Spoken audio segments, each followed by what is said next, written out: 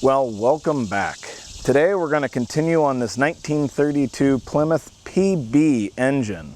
I found this in a field in western Pennsylvania, and in a previous video we kind of tore it apart the best we could.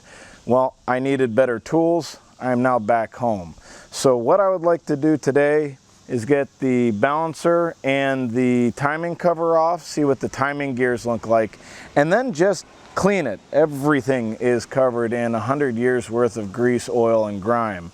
And if we are really lucky, maybe start looking at the valve train, getting some of them to start moving again. Regardless, let's get started. Okay, to start off today, I think I just want to get all the loose grime off. So I'm going to turn on the shop vac, go over this real quick. We'll pull the head back off, which is just being held on by 2 bolts, and kind of give it a once over, formulate a game plan on how to clean this engine.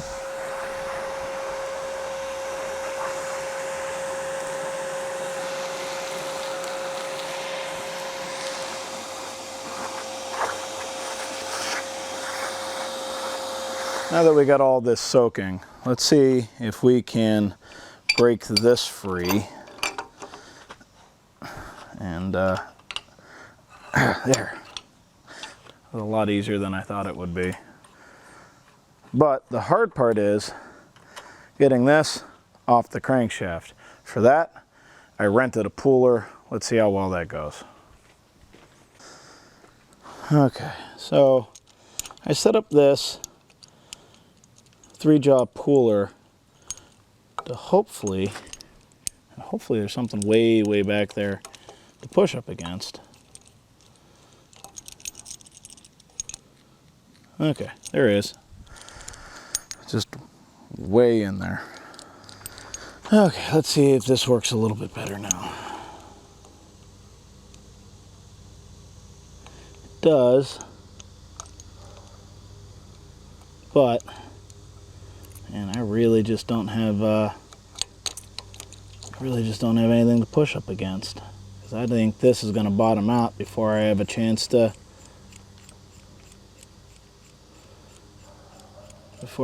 actually pull anything. I am. Let's get this little shim out of the way.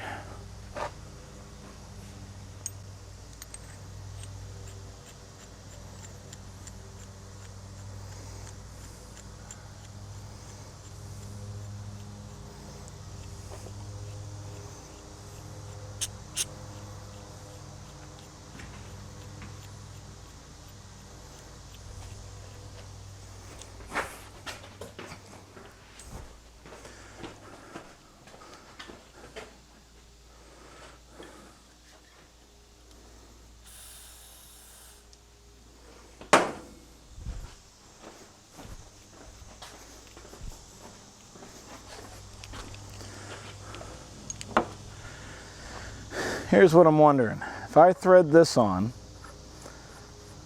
and this has all the little pawls for the hand crank, if I take my screwdriver and put it there, oops. If I take my screwdriver and put it there, and then push off of the screwdriver, will this work? And the question is, probably not. But we're going to find out.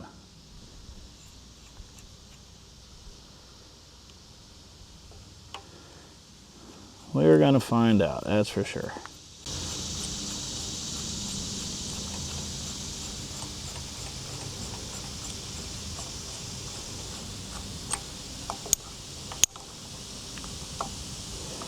Never have the right tools.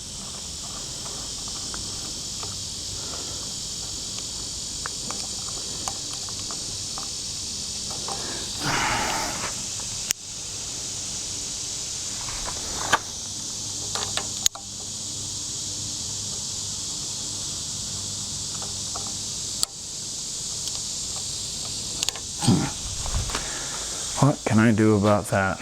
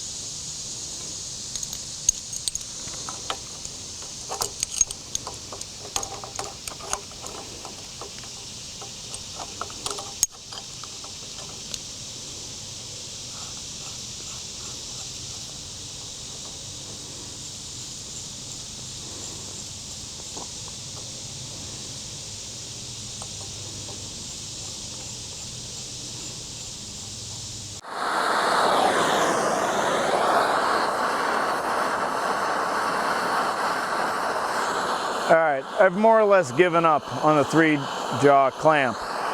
What I'm going to do is get this nice and hot. Ooh, hey. Get the pipe wrench behind it, a couple good whacks with the hammer, try to work it off. I think if I can get it to break free, I should be able to get it the rest of the way off.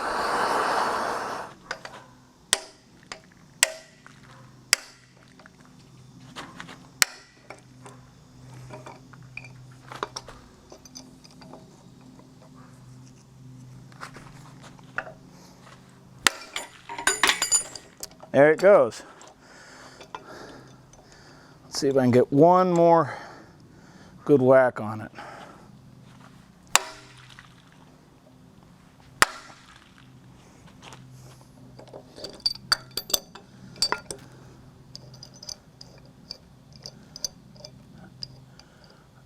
Try and hit this without damaging the crank.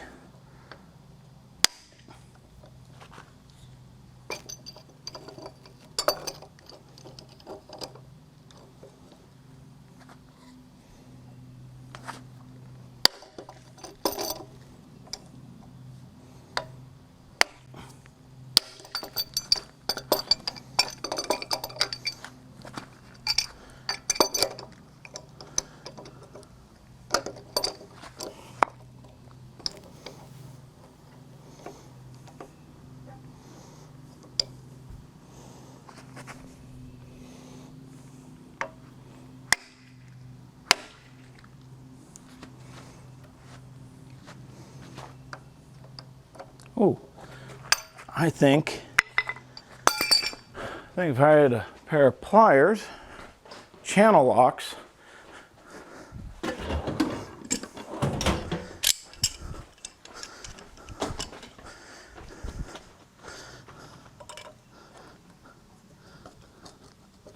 there we go.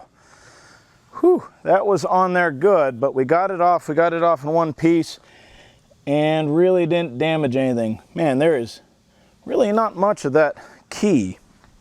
Okay, we'll set this over here. Hopefully it catch something on fire. Now with that out of the way, we can take a look.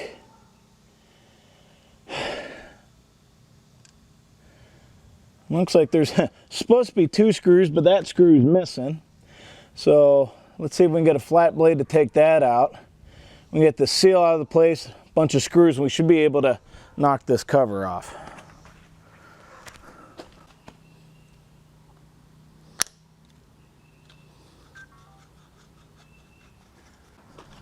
All right. Oh, hey, you know, God, that's all really, really hot. It's almost like somebody's had it on fire for the last 10 or 15 minutes.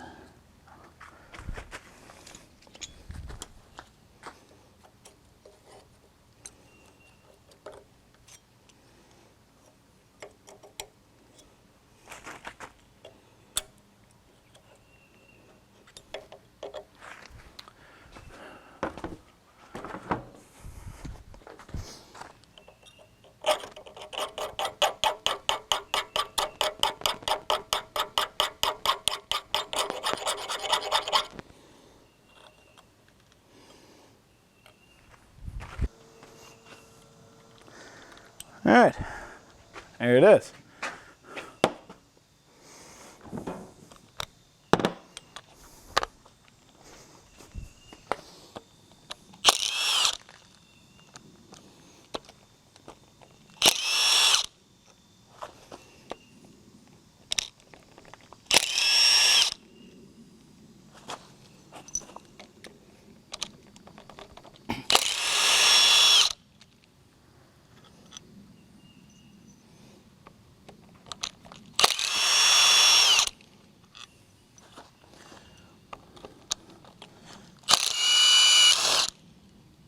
Oh, those are nuts.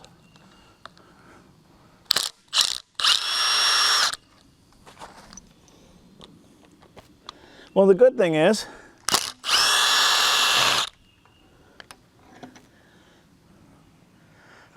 these all came out and they still have oil on them. So there's probably still oil in that front cavity.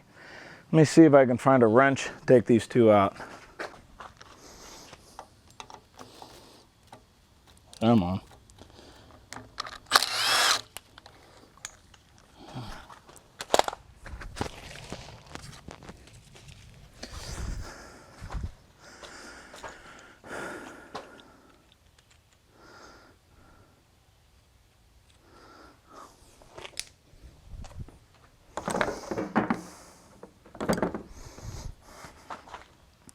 All right, how difficult is that going to be?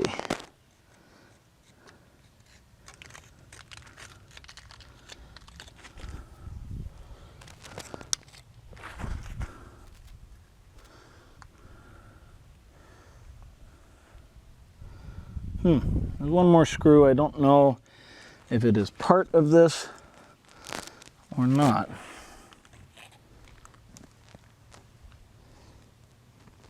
Might as well just take it out.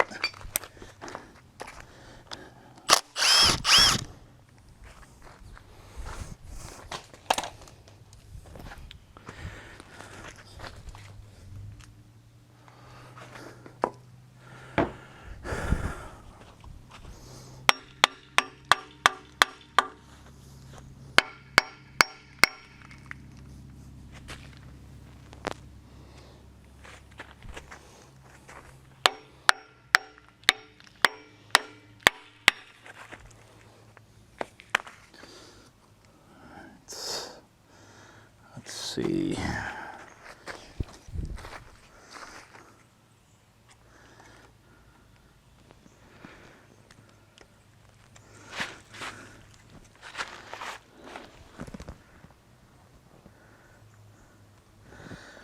I think we're going to have to remove the oil pan. I think there's a stud in that. So let's roll this over. Take a look at that.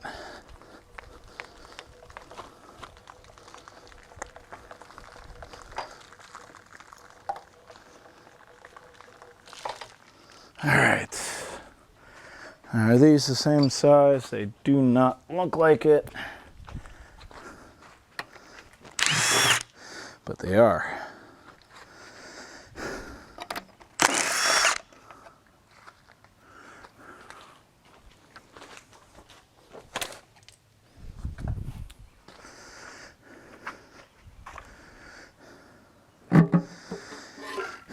All right.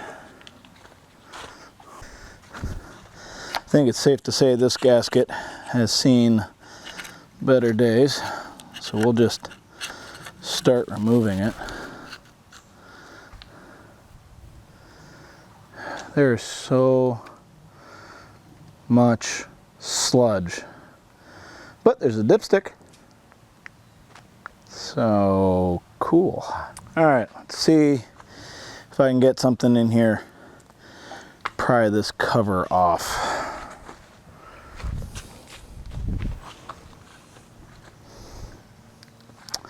That's still warm.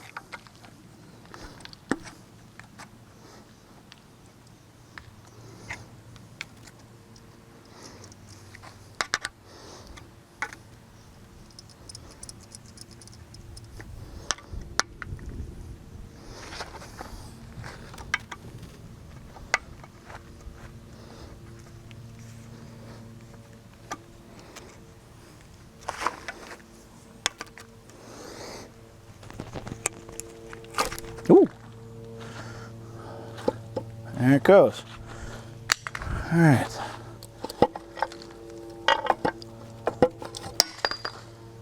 Well, okay.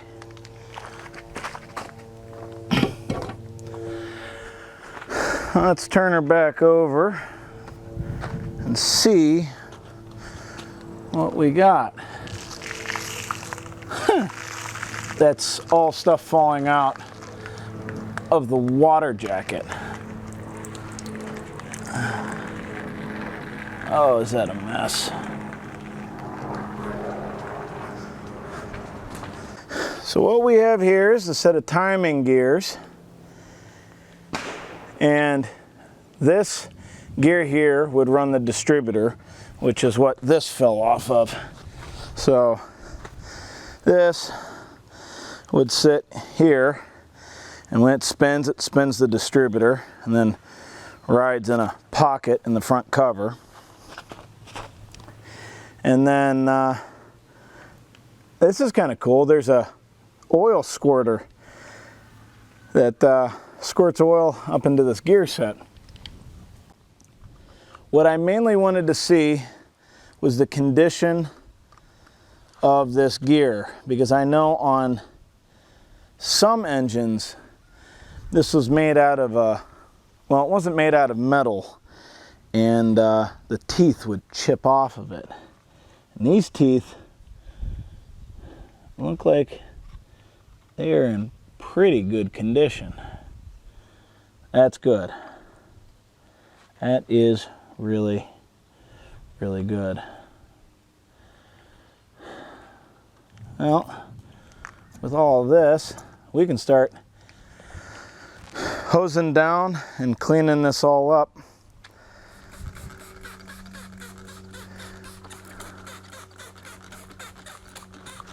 I think I'm just going to take it side by side, area by area, and just kind of go at it with a brush and a scraper.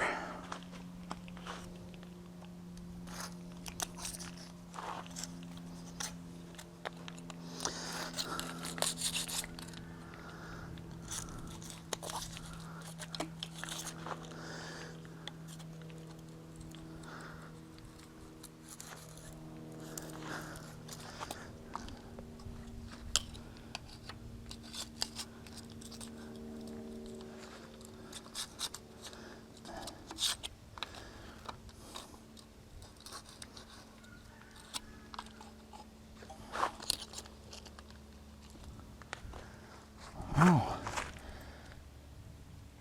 there's a bolt there.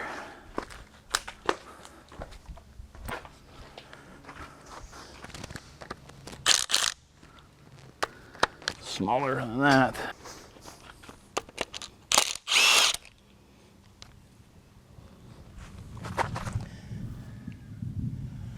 Let's see, is there anything else hidden back there that's going to stop this from coming off? Yeah, there's another one. Okay.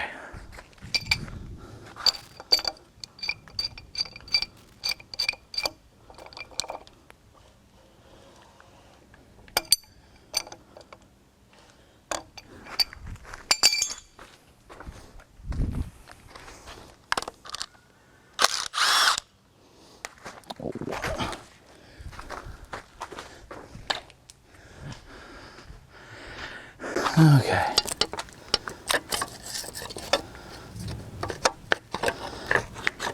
Is there a way of taking this off without having to take the timing set off? Lord, I really hope so. But I have a feeling the answer to that is going to be, oh yes.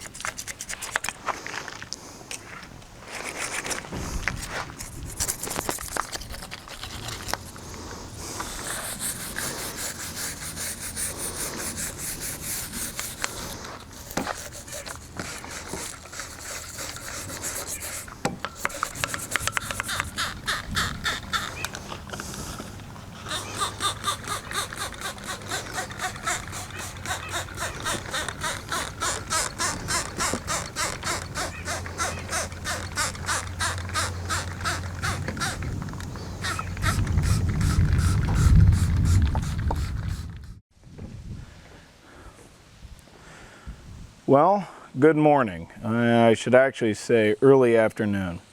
So where we left off, I was scrubbing away at this engine, and I did that for the rest of the day, into the night, and for this entire morning so far. This engine was filthy, but I actually think we have gotten a successful wire brush rebuild here. It came out pretty good. It looks like it was painted green at one time. But there's a couple things that I noticed on this engine as I cleaned it up that I think is kind of interesting and worth noting. So let's take a look at the front of the engine and I could show you something. So while cleaning the front surface of the engine, something came out that was kind of interesting, and that had to do with this timing gear. Now this timing gear is made out of like a resin and fiberglass material, which was really common back in the day. And for Model A's, they actually make a steel replacement because these tend to get old and very brittle and break.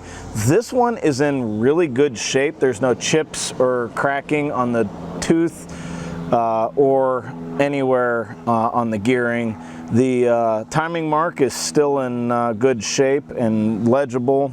And the still gear, of course, is in good shape.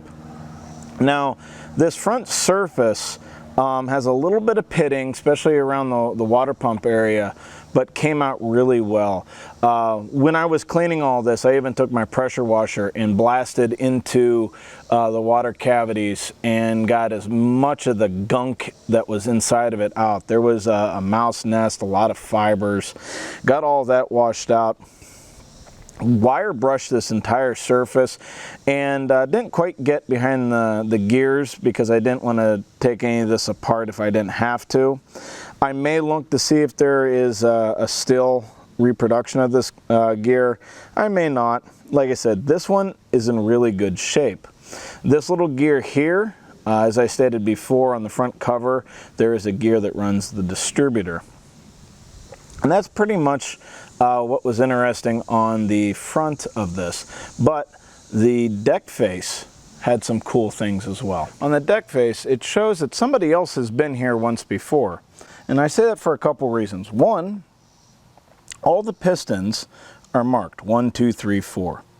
Also, all the studs have little like vice grip clamp marks on it, which makes me think that somebody has removed this, probably rebuilt it, because in the factory this piston could have gone in any one of these, but it's marked as number 1, which tells me somebody's taken that piston out before. So this may have been rebuilt and machined at some point in time. The other thing I noticed is this one stud here is not threaded into the block all the way. Now, I will fix that when we go to put this back together, but it is a sign that somebody's been in here. Now, as for all these little vice grip clamp marks, you really should double nut these and then use the top nut to thread it down all the way, which is what we'll do when we put this back together. But this came together really well. What is also kind of interesting is all these pitting around the exhaust ports. So this does not have hardened seats, and hardened seats were kind of put in when leaded gas was going out. The exhaust is very corrosive to the cast iron, and the lead in leaded gas helped with that. And at high RPMs, the exhaust coming here and going down into the exhaust system kind of wears around that seat, and hardened seats help with that, especially with the lack of leaded fuel. It's just a byproduct of being a really old engine. But cylinders are really nice, not any deep scratches. There are some, wear, but you'll have that, especially in an engine this old. Let's take a look at the bottom side of the engine. Just mostly because Babbitt bearings are not all that common anymore. Now that we have the engine rolled over, you can kind of see the Babbitt bearings that are sticking out from the ends of the rod. So the difference between the bearings that are in this and what is in modern cars nowadays is modern cars have a shell bearing that is replaceable and just kind of snaps into place. These bearings are actually cast. There is a mold and a mandrel, and they pour liquid bearing material, which is tin and copper and sometimes lead. There's a few different combinations of what it could be, but they pour it into a mold into the block and into the rods, and it adheres to it, and then they machine it to give you proper clearances. The reason why I didn't tear apart this bottom half of the engine to really deep clean everything is, I am a little bit concerned of that, because if one of the bearings should break, come loose or apart, I really don't know of anywhere or anyone who still manages and uses Babbitt bearings. I'm sure there's modern applications for it, but I would imagine it's also rare. Anyways, still a little bit of gunk and grease inside this engine. When we put this back together and if we get it running, I'm going to do a couple oil changes on it just to flush all of this out. But everything, you know, you have a little bit of movement this way, which is good, but forward and back, up and down, these are all really, really tight. Let me spin this around.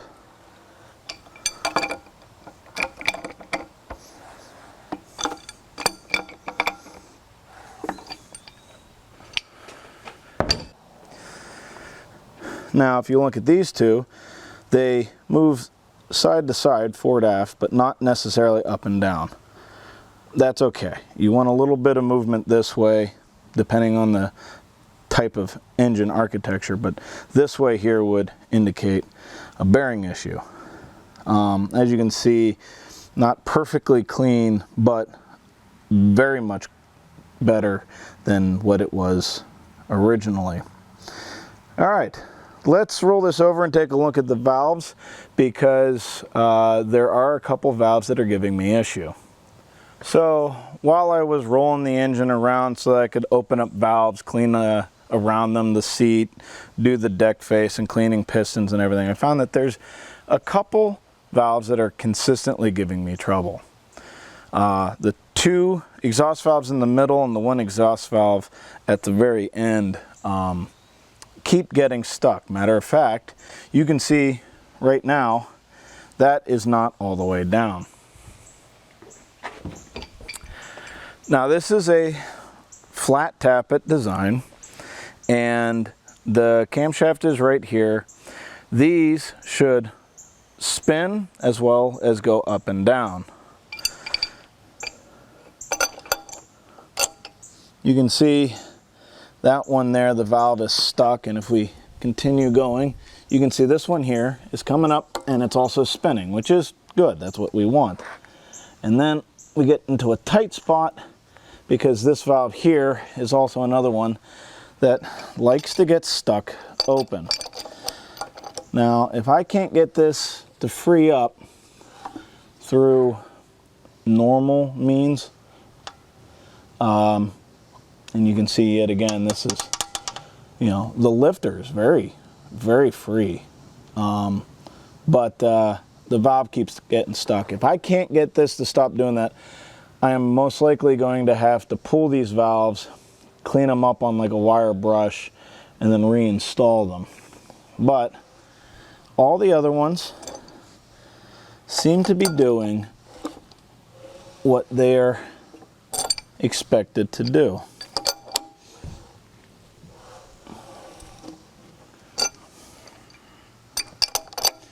And with the exception of those two in the middle that are getting stuck, the engine does spin very free, which is good.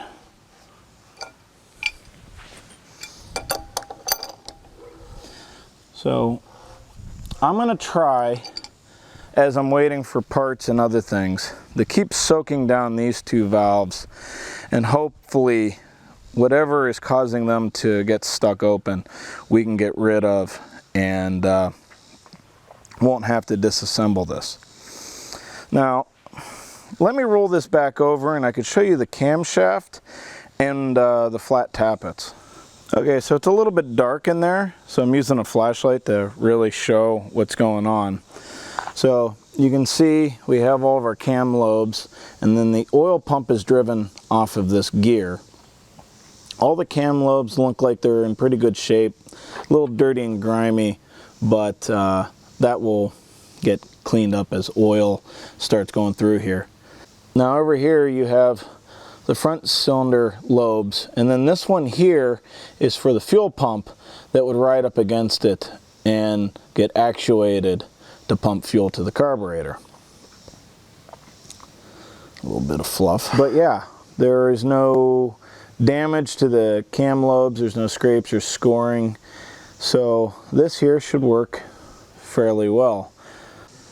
Well, now that we have scraped and cleaned all the grease, oil, and just carbon and gunk out of this engine, we were able to lunk it over, and it looks like it's in really good shape. We need to keep it that way. Now, this is pretty much all that I'm going to be able to do right now with it. I have to hunt down some parts and gaskets and what have you before we can put it back together. But the important thing is, while we're doing that, we need to keep all of this in as good of shape as we can. That is where fogging oil comes in. Anytime that you have an engine that you're going to be storing, not running for a long period of time, it's always a good idea, pull the spark plugs and spray some fogging oil into it.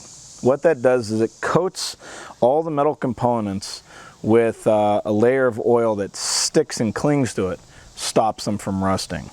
So I'm going to do that with all of the cylinders.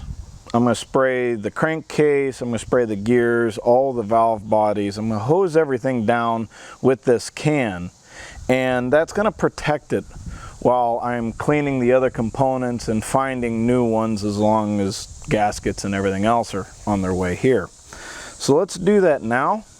I'll show you basically all there is to it. Right now I have it at top dead center, so you got the crank standing straight up, you got two pistons all the way up, two pistons down.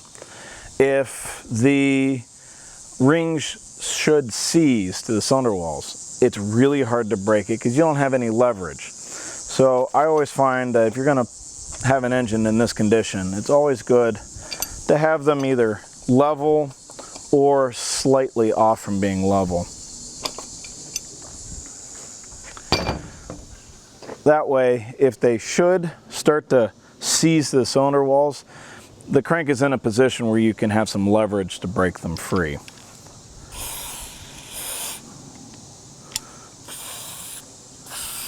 So, just giving each cylinder a good thing.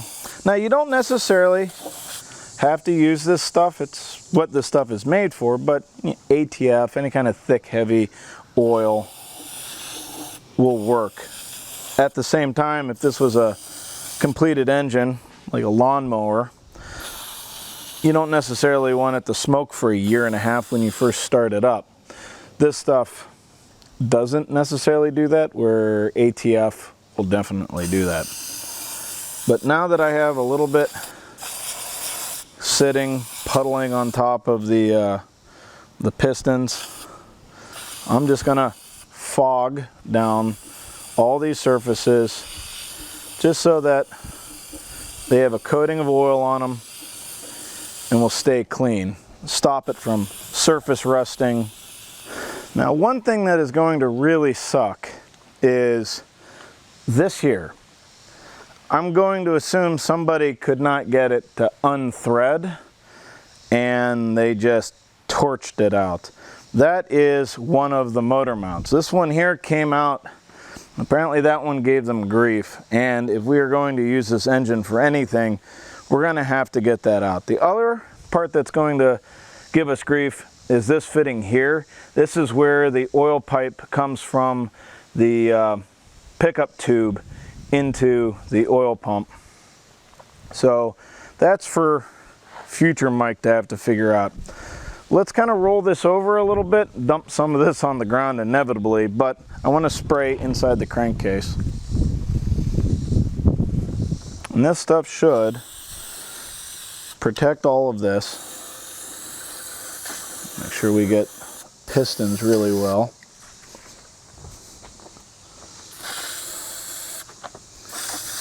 Wrist pins and all those bearings.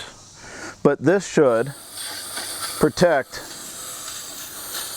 all of this until we can get back at it. So occasionally I will reapply the fogging oil. But until I find water pump, distributor, seals, and gaskets, this is pretty much where I'm going to leave it. Looking it over, I actually think it's in fairly good shape, and we should be able to get it running, given that I can find everything that it needs. So that's pretty much all I'm going to do with it now. We may come back at a later date and mess with the valve train some more. But I have been also collecting parts for another one of our projects, the trailer that you see in the background.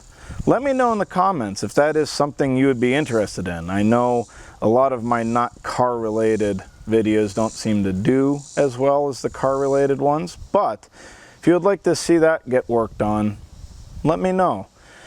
Until then, I'm going to put this away and keep looking for parts. Take care.